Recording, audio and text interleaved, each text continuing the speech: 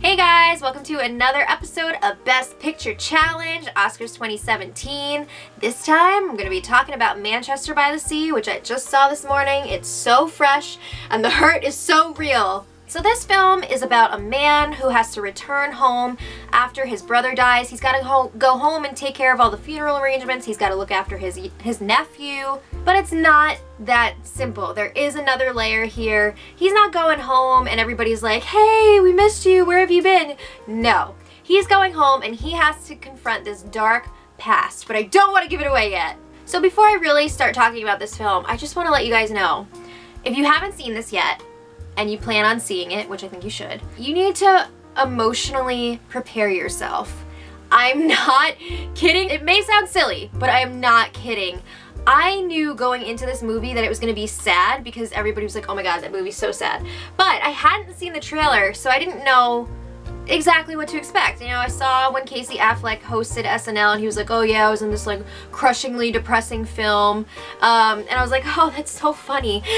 Think of like one of the saddest things ever and then multiply that by 10. This movie is so raw, it's so emotional, but it is a journey and it's definitely one worth taking. So pack your tissues, you know, go with people that you're comfortable crying in front of, or go by yourself like I did, and just be ready. So this film takes place in Massachusetts, a couple different places. You got Boston, you got Manchester. By the way, I keep thinking in my head that this is called Manchester United because of soccer, but it's not. It's named after like a town in Massachusetts called Manchester, and I think they actually officially changed the name to Manchester by the Sea like decades ago. I may have just made that up, but I'm pretty sure. This movie takes place partially during the winter, and can you get any bleaker than winter in New England? I mean, really. Seriously though, like, northeastern winters freaking suck.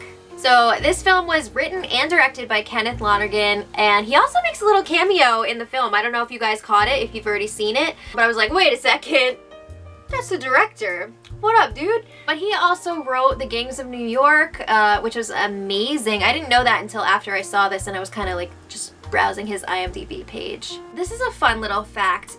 Matt Damon was actually supposed to direct and star in this film. No offense, but I'm really glad he didn't, because I think as the writer, Kenneth Lonergan was really able to tell his story better by directing this himself. Also, we got to see a freaking fantastic performance from Affleck. I am not exaggerating when I'm saying this performance from Affleck was unbelievable. His character was extremely depressed. He was almost like a ghost of a person just like floating around, and I mean, that's really sad to see, but he pulled it off. His subtle style of acting really played well, you know, to this character, and he emoted more in what he didn't say, just like the quiet moments where you could just see his face and his body language. I think that he really brought something special to this role that, again, no offense, I don't think would have been quite the same with Matt Damon. He was nominated for Best Actor for the Oscars this year, and I really think it's gonna come down to either him or Ryan Gosling. Please cast him in more things, we want more! Okay, so this film also stars Lucas Hedges. He was playing Lee's nephew, Patrick. Sorry, I'm just thinking. It's just so emotional. I don't want to cry during this video. That'd be really embarrassing. But also Michelle Williams, who was nominated for Best Supporting Actress. She was just incredible in this film, as always. If you guys have seen Michelle Williams in other stuff, she brings her A game. Alright, so that's it for the non-spoiler portion of this video, because I need to talk about some stuff that was happening in this movie, some specific stuff. So if you guys haven't seen it yet, and you're planning on seeing it, you should probably pause this video, come back to it after you've seen it, or else, I'm about to ruin it for you. So this film did not follow the usual linear progression that we, you know, see in most films. It wasn't like this is the beginning, this is the middle, this is the end. This film was like a masterclass in the use of flashback. I think the director was really smart here with the way that he utilized these flashbacks, because it really allowed for a much greater emotional impact than there would have been if we had known everything about the main character and his situation from the beginning of the film. For the first, I don't know, like 20 minutes to half hour of this film, we're wondering, why does this guy hate everyone? Why is he so quiet? Like, why is he such a jerk to people? Like, what is going on here? And then we start seeing, as the film progresses, that like other people hate this guy, and we're just like, what did he do? He's so soft-spoken. And then we find out that he was married to Michelle Williams' character, Randy, but they're not together anymore. We find out a little bit later that they had 3 kids together. So we're wondering, like, maybe they had a messy divorce, and like she's got the kids now, and that's why like everybody hates him. He's a deadbeat dad or something. But then comes the turning point in the film, which was definitely when we find out about his like drunken high mistake, which just destroys his entire life. When he goes out after he has his big party in the basement at like 2 in the morning and freaking doesn't put a screen in front of that fireplace, the whole house burns down, all 3 kids are killed. It was absolutely gut-wrenching. Oh my god. During this part of the movie, okay, I'm gonna be honest, I cry very easily when I'm watching movies, but this part of the movie, it was not just like teary-eyed, it wasn't even like a few tears dripping down. It was like I had to freaking put my hand over my mouth because I was like at risk of disturbing everyone else, because I was straight up sobbing. I was trying to hold it in as much as I could, but it was like, whoa. It was very emotional, especially when he started breaking down when they were carrying the bodies away in the, oh my god, in the body bags. It was a lot, and I wasn't sure how much we were gonna see, because you know sometimes when people die in movies and you know they leave some things unshown, but no, this movie really, it puts you in it, because we saw him go to the morgue to see his brother. We saw what I was just talking about when they're carrying the kids out of the rubble. It was a lot, but I think it really made the movie feel more real, because you had to actually watch these things happen and witness them. This also gives us such a greater understanding of the context here and why this character is the way he is, why he's so freaking depressed, and like everything he's just like, oh, okay, like, sure, alright. Like it all starts to make sense. You're like, holy shit, this guy has been through a lot.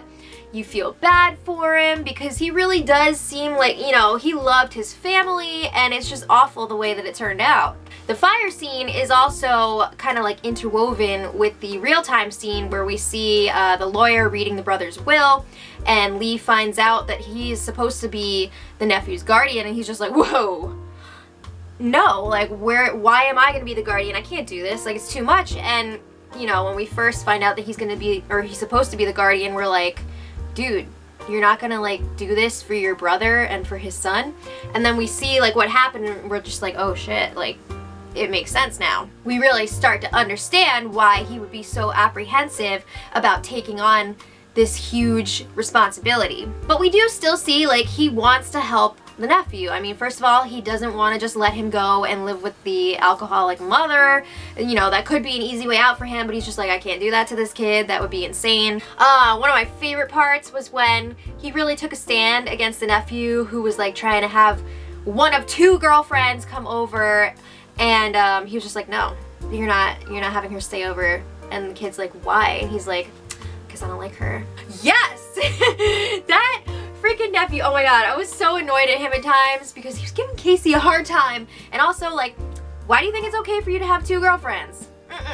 It was a really powerful emotional scene when Lee was refusing to leave Patrick alone when he was having his emotional breakdown over the freezer. I mean, obviously he was upset because his father, they were gonna have to freeze his body until the ground was soft enough to bury him. And I thought it really showed that character's true colors, that he was willing to stand by him even though they did not have the best relationship, but he knew that this is what that kid needed. He also let him keep the boat. He figured out a way for them to pay for a new motor. So I mean, he really was trying to look out for this kid even though it was tearing him apart inside. Alright, so let's get away from some of the really, really sad stuff. There were also a lot of really jaw-dropping moments. Like, I found myself having to literally, like, be like, okay, close your mouth now, because I was just like, and audible gasps. Audible gasps. There were a few times where I almost lost control of myself in that theater. Like, what about when he was in the police station after he was telling them what happened the night of the fire?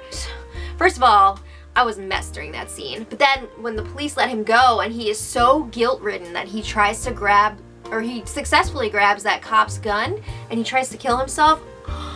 Oh my god! There was a lot of punching dudes in bars. He punched that freaking window in the bedroom at the brother's house. There were a lot of really shocking moments that I was not expecting in such a quiet film. And I guess because, you know, a lot of the scenes were so quiet, it really hit you when they would have one of those big moments. Honestly, like, my only real issue with this film, I would say maybe the pacing. I think a lot of people would probably say that this film was a little bit too slow, maybe not enough action, but I actually thought it really helped with the whole vibe of the film, because I think it made it feel more real, because in real life you don't have like action, action, action, action, and I kind of like when a film has a slower pace.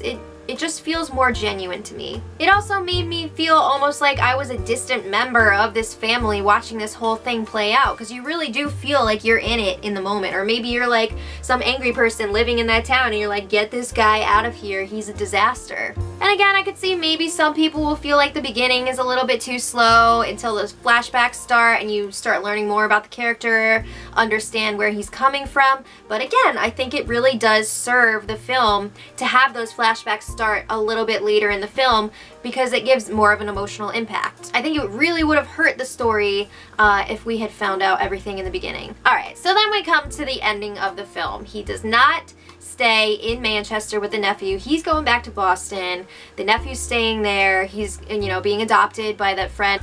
That friend, George, and his wife are freaking saints, because they went through some shit with that whole Chandler family, but they were staying by their side no matter what, so like, good for them. Now, I think maybe some people will be disappointed that he didn't end up, you know, being the guardian of his nephew, but I think, again, this kind of brings me back to La La Land.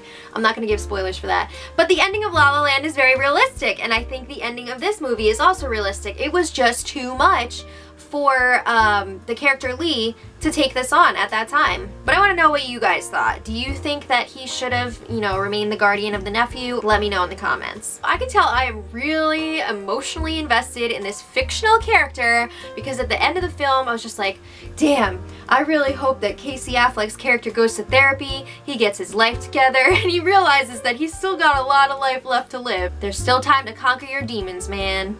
If you are in this part of the video and you haven't seen the movie yet, I'm sorry I just spoiled the whole thing for you, but I did warn you. But I would highly recommend this movie to anybody who hasn't seen it. I think it's definitely worth watching. It is an emotional journey. So don't watch this if you're feeling like really happy at the time, because this is going to bring you down. I also think this isn't a film that you can watch over and over. I mean, again, bringing up La La Land, like, that is something that I could watch like every day for the rest of my life. If I watched this movie every day for the rest of my life, it would be really bad. I would be in a psychiatric ward. But I definitely think it's worth the journey. It's worth seeing. It is so, so powerful. Casey Affleck, again, incredible performance. So let me know what you guys thought of this movie in the comments. Did you love it? Or did you cry? Be honest, did you cry? Let me know. And until next time, much love.